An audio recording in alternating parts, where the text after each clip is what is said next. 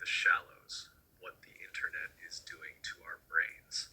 Published in 2010, published in 1000 Grez, The Shallows, What the Internet is Doing to Our Brains, is a profound examination of how digital technologies, particularly the internet, are reshaping the human mind. In this carefully argued book, Carr explores the ways in which modern information technologies are transforming our cognitive habits. And he warns that these changes come with significant costs, particularly to our abilities to concentrate, contemplate, and engage deeply with information. Background and motivation. Carr's interest in the topic began with a personal realization. He noticed that his ability to focus on long-form reading and sustained analysis was deteriorating. As he spent more time online, flitting from page to page, link to link, he found it increasingly difficult to engage deeply with texts. This personal experience prompted a deeper investigation into neuroscience, media theory, and history to understand how technologies have historically reshaped human cognition and how the internet is now doing so at an unprecedented pace. Carr's main thesis is that the internet promotes shallow thinking. While the internet offers incredible opportunities for information access and communication, it also encourages cognitive habits that emphasize speed, multitasking, and superficial browsing at the expense of deep, reflective thought. The plastic brain. One of Carr's key concepts is neuroplasticity, the brain's capacity to rewire itself in response to environmental changes and experiences. Unlike older beliefs that the brain structure is largely fixed after early childhood, neuroscience has shown that adult brains remain malleable throughout life. New habits and experiences can physically alter neural pathways.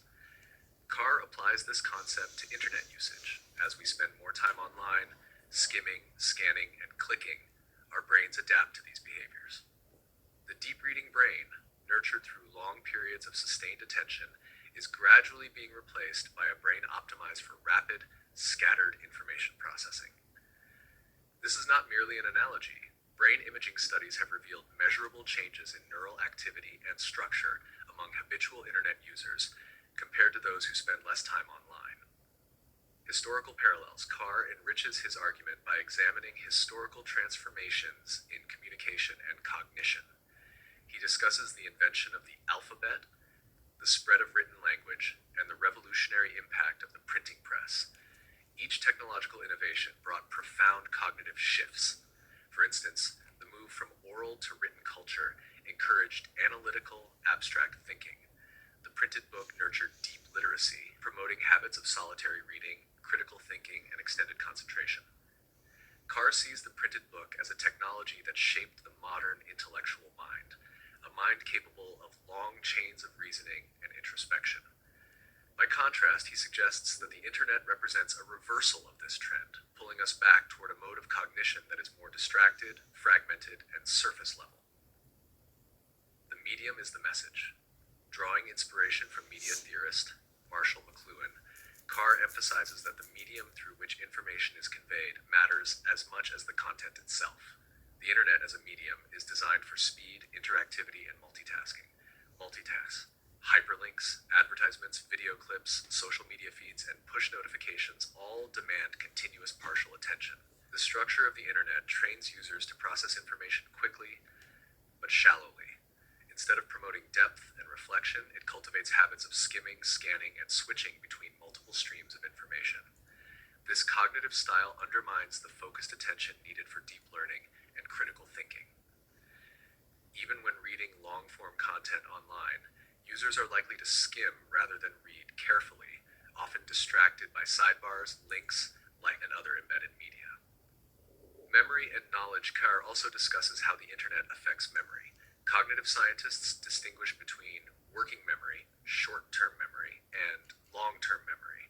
Deep learning depends on transferring information from working memory into long-term memory, a process that requires attention and repetition. However, constant interruptions and rapid information switching, typical of internet use, overload working memory and prevent the consolidation of information into long-term memory. As a result, while we may encounter more information than ever before, we retain less of it. Carr critiques the emerging tendency to rely on the internet as an external memory bank. Google Google as memory, suggesting that this dependency weakens our internal cognitive structures. Knowing how to find information is valuable, but Carr argues that internalized knowledge is crucial for complex reasoning and creativity. The cult of efficiency. Another theme in The Shallows is the modern obsession with efficiency. The internet epitomizes efficiency in information retrieval and communication. However, Carr warns that cognitive efficiency comes at a cost. True understanding often requires inefficient processes. Slow, deliberate thinking, grappling with ambiguity, wrestling with complex ideas. By privileging speed over depth, the internet culture promotes a form of intellectual shallowness. The subtle and demanding pleasures of deep reading, contemplation, and critical analysis risk becoming relics of the past. The loss of deep reading. Carr laments the decline of deep reading, a skill that underpinned much of the intellectual progress of the last 5 centuries. Deep reading is not just about decoding words. It involves critical analysis, inference making, reflection, and imaginative engagement. It is a key foundation for sophisticated thought. With the internet encouraging fragmented, surface-level reading, fewer people practice deep reading regularly. Carr fears that future generations may lose this cognitive ability altogether, much as oral cultures lost certain cognitive skills when literacy spread. Potential counterarguments. Carr acknowledges that the internet offers genuine cognitive benefits. It enhances certain forms of problem solving, enables rapid communication, supports collaborative knowledge building, and democratizes information access. Moreover, multitasking and rapid information processing are valuable skills in certain contexts. Younger generations, raised on digital technologies, often exhibit high levels of visual spatial intelligence and technical savvy. Nevertheless, Carr maintains that these gains do not compensate for the loss of deep, sustained contemplative thought, which he sees as fundamental to personal autonomy, empathy, cultural depth, and democracy itself. Conclusion: a call for conscious balance. Nicholas Carr's The Shallows is not an anti-technology screed. Carr is not advocating a return to a pre-digital past or rejecting the internet wholesale. Rather, he calls for awareness and critical reflection on how we use digital technologies. We must recognize the cognitive trade-offs involved and consciously preserve practices like deep reading, contemplation, and focused attention that are endangered in the digital age. Otherwise, we risk becoming mere pancake people, spread wide but thin, lacking depth and substance.